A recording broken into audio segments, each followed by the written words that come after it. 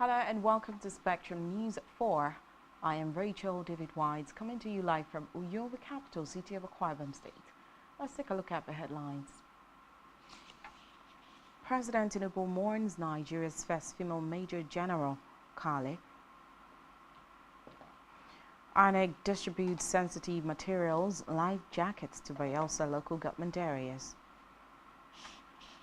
Plus, Hamas government says 13 killed in Israeli strike on Gaza's hospital. We'll bring you details of the stories and many more in a moment.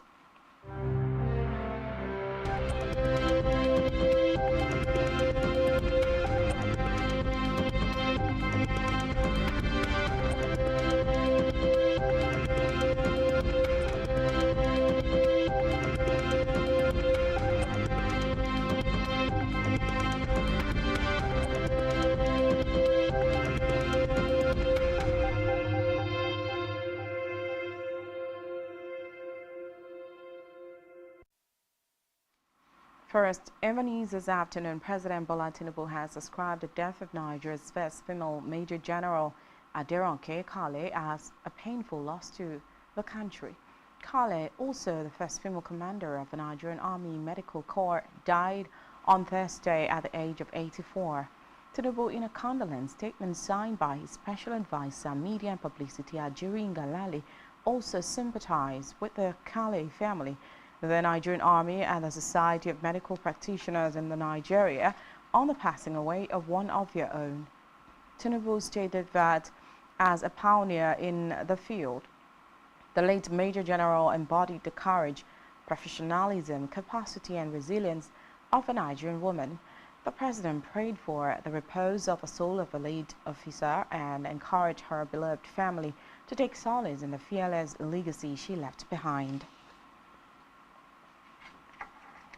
Away from that, the federal government, through the Minister of State for Labor and Employment, Nkiruka Onyejiocha, has said that plans are underway to launch a roadmap for removing 80% of unemployed youth from the streets.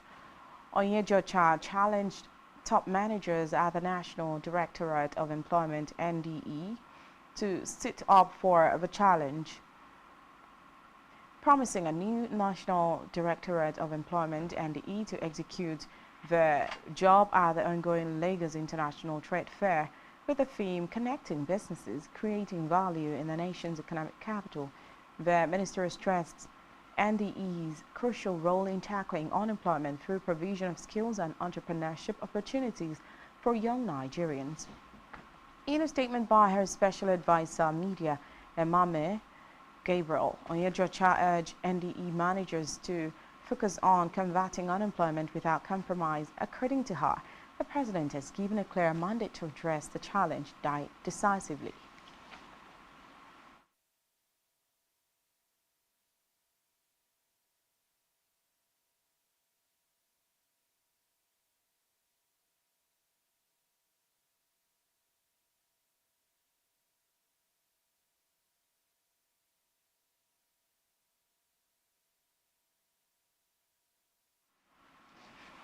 In the meantime, the federal government has called on international partners to intervene in the humanitarian crisis in Benue State.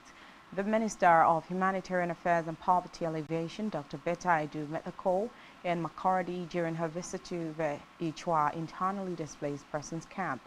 Edu said government would write to the headquarters of international donors to seek assistance to resettle the IDPs. Reports say Ichwa is one of the 13 local official IDP camps associated across the state.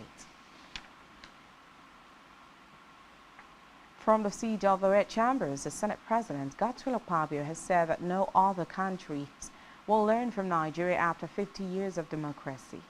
He said this when he received the Irish ambassador to Nigeria, Peter Ryan, in his office in Abuja. According to Akpabio, the 59th president of the Inter-Parliamentary Union, Nigeria needs a lot of assistance, collaboration and bonding to learn from other democratic nations like Ireland. The Senate president also spoke about the spate of kidnappings across the country, particularly in the Niger Delta.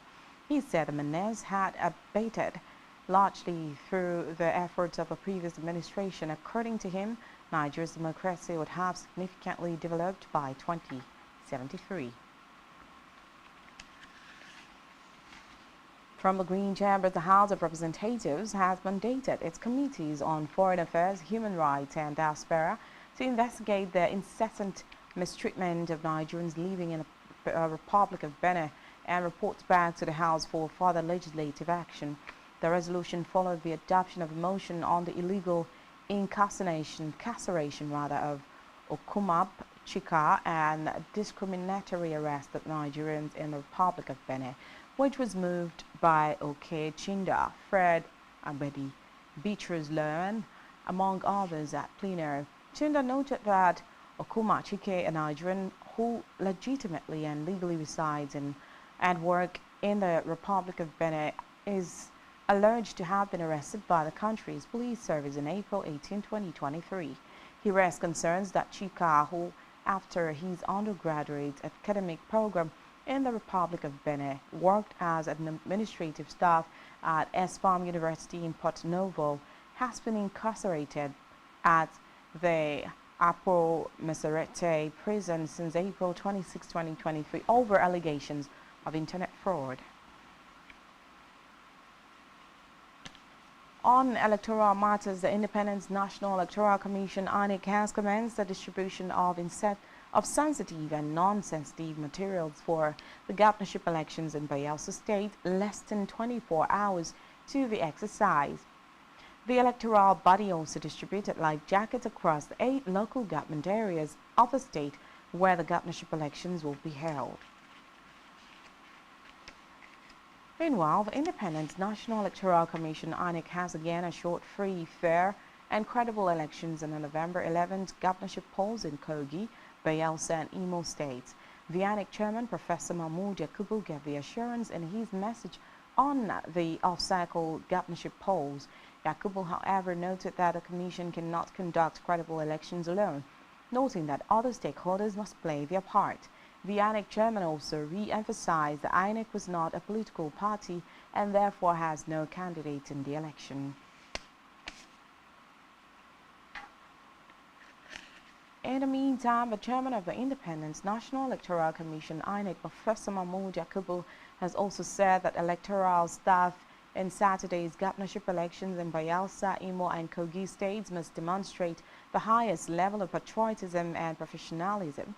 The INEC chairman, in a statement, noted that the Commission's responsibility is to safeguard the process and ensure a level playing field for all political parties and candidates. He added that the choice of who becomes the governor of Bayelsa, Imo and Kogi states is entirely in the hands of the voters. In a related development, ahead of Saturday's governorship election, the Economic and Financial Crimes Commission (EFCC) has deployed its operatives to Kogi, Imo and Bayelsa states.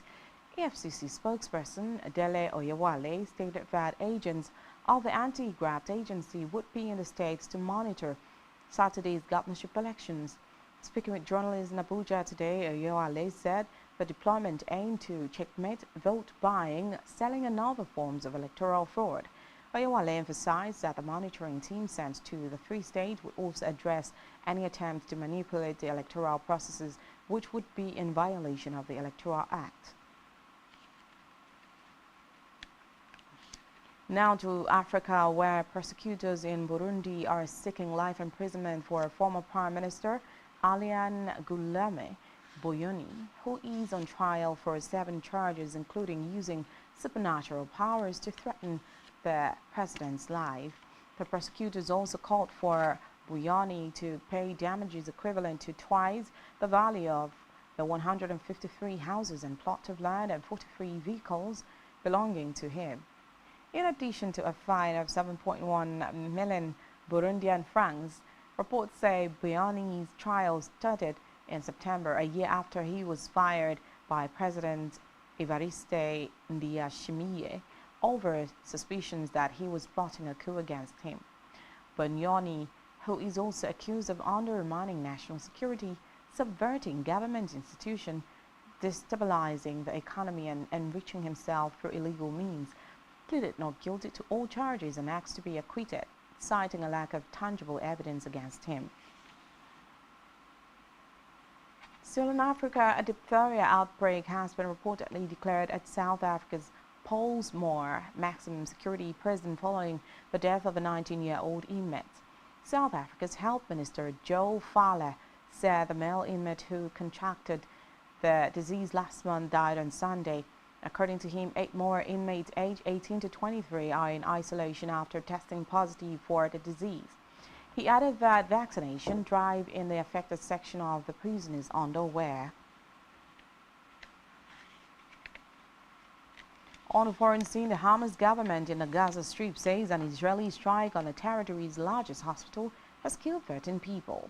The government in a statement noted that 13 martyrs and dozens have been wounded in Al-Shifa, the central Gaza city. Meanwhile, the Israeli army has repeatedly accused Hamas of using hospitals, particularly Al-Shifa, to coordinate their attacks against the army and also as hideouts for its commanders. Still on the foreign scene, the U.S. Food and Drug Administration (FDA) has approved the world's first vaccine for chikungunya, which it sees as an emerging global health threat. The agency said the mosquito-borne disease causes fever and joint pains and can be fatal to newborns. The FDA's approval is expected to speed up the vaccine's global rollout. Reports say about 440,000 chikungunya cases, including 350 deaths, have been reported as of September this year.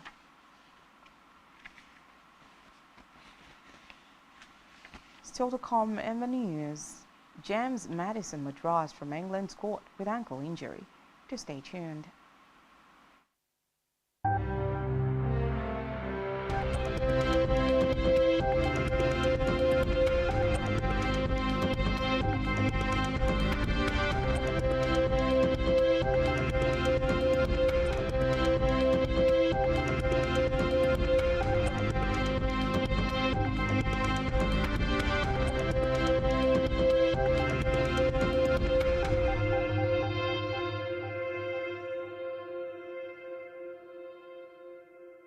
For premium broadcasts and entertainment, sports on the go, and news around the world, watch Spectrum TV on StarTimes DTH Channel 421 and free-to-air frequency 12733. Visit our website, spectrumtvlive.ng. Spectrum TV, broadening your horizon.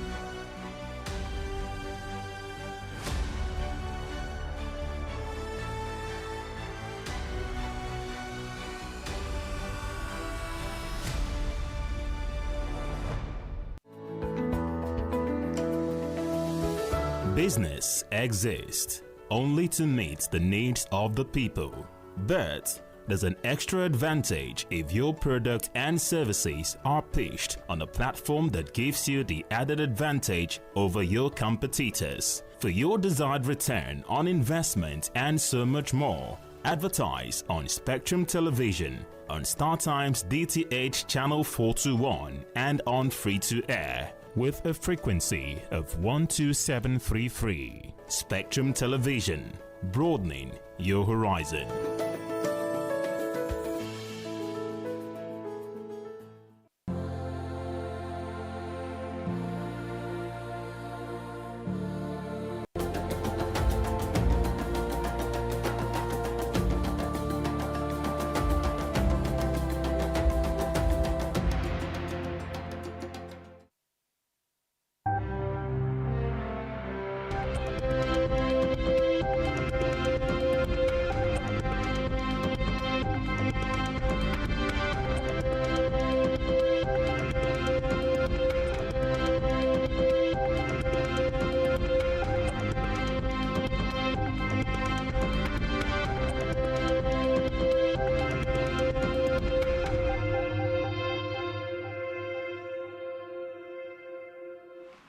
Welcome back and many thanks for staying with us. Over now to business news. On our business news, the International Monetary Fund (IMF) has disclosed that China's declining growth is set to affect Nigeria's economic fortune. IMF noted that because China has forged deep economic ties with countries in sub-Saharan Africa over the past 20 years, its recent declining growth may affect growth in Nigeria by 0.5 percentage points on average. The Washington-based lender also revealed that the ripple effect of China's slowing economy extends to sovereign lending to sub-Saharan Africa, which fell below $1 billion last year, below its level in nearly 2 decades. The IMF noted that the sub-Saharan African countries will need to adapt to China's growth slowdown and declining economic engagement by building resilience through increased inter-African trade.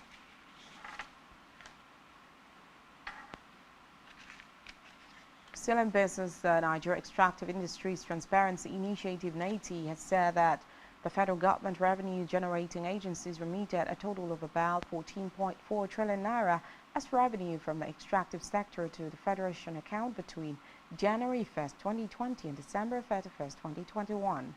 The Executive Secretary of NATI, R.G. Awunaya, while presenting the latest fiscal allocation and statutory disbursement reports released by the organization, said the revenue-generating agencies include the Nigerian National Petroleum Company Limited, the Nigerian Upstream Regulatory Commission, the Federal Inland Revenue Service, the Ministry of Mines and Steel Development, and the Nigeria Customs Services. The report, which is the fourth in the audit cycle, revealed that overall remittances to the Federation account for the period increased by about 14%. In health, the Edo State Primary Health Care Development Agency, EDSPHCDA, says the prevention of treatment of neglected tropical diseases (NTDs) will be included in the second round of oral polio vaccination in the state.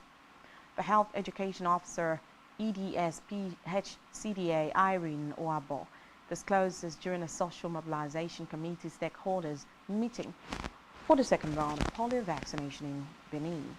Oabo noted that NTDs drugs would be given to children above 5 years and adults in the 6 endemic local government areas of the state.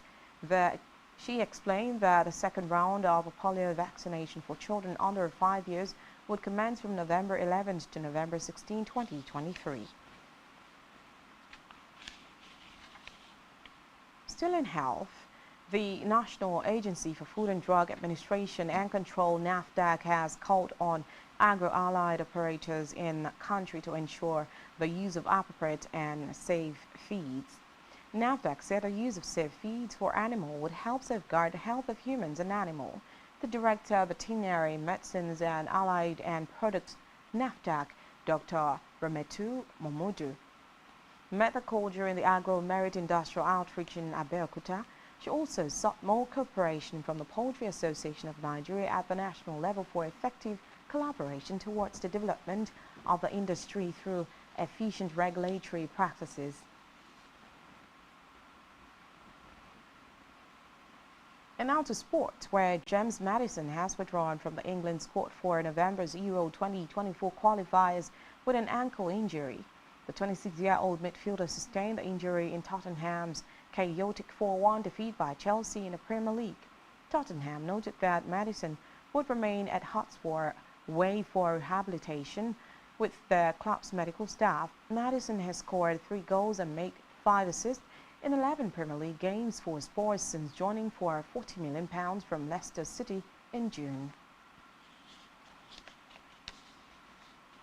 Still in sport, Liverpool forward Mohamed Salah has been named the Premier League Player of the Month for October. Salah, who has been an impressive form in the season, scored 5 goals in the month, including a brace in the Merseyside derby. Reports say Salah has now won 5 Premier League Player of the Month awards in his career, but only Sergio Aguero, Harry Kane, Steven Gerrard and Cristiano Ronaldo having won more than the Egyptian. Meanwhile, Tottenham Hotspur coach Ange Postecoglou has made history after winning the October Coach of the Month award by becoming the first manager to win the first 3 manager of the Month awards available to him, and the first to claim the first 3 awards from the start of any Premier League season. Tottenham continued their impressive start to the season, winning all games in the month. On our entertainment news, street hop sensation Pat Brymo has released a musical video for his hit single In Battle. Pat Brymo's latest offering is the amapiano and hip-hop hybrid In Battle, on which he features street hop maestro Zlatan. Pat Brymo has also teamed up with Ace video director T.G. Omori for the visuals of his hits record that has continued to soar on streaming platforms in Nigeria. The minted music video comes amidst a wave of criticism that Pat Brymo failed to receive clearance from gospel singer Gloria Oluchu, whose single We Are in Battle he sampled for chorus. Still on entertainment, an African DJ and songwriter Sela V has debuted with 2 new tracks, Chasing the Paper and Money. Chasing the Paper showcases Sela V as an artist who can conjure vivid moods. Her motif takes on Afrobeat follows her into her next release. Tell of unrequited love and her lack of interest in anything that is not money related. Both songs flaunt the idea of Sela V's strong artistic identity going forward. They showcase her ability to channel emotional honesty over the familiar bounds of memorable pop beats.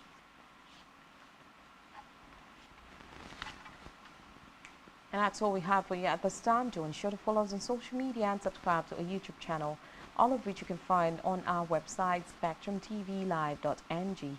You have been watching Spectrum News 4. I am Rachel David White. Happy weekend. Good afternoon.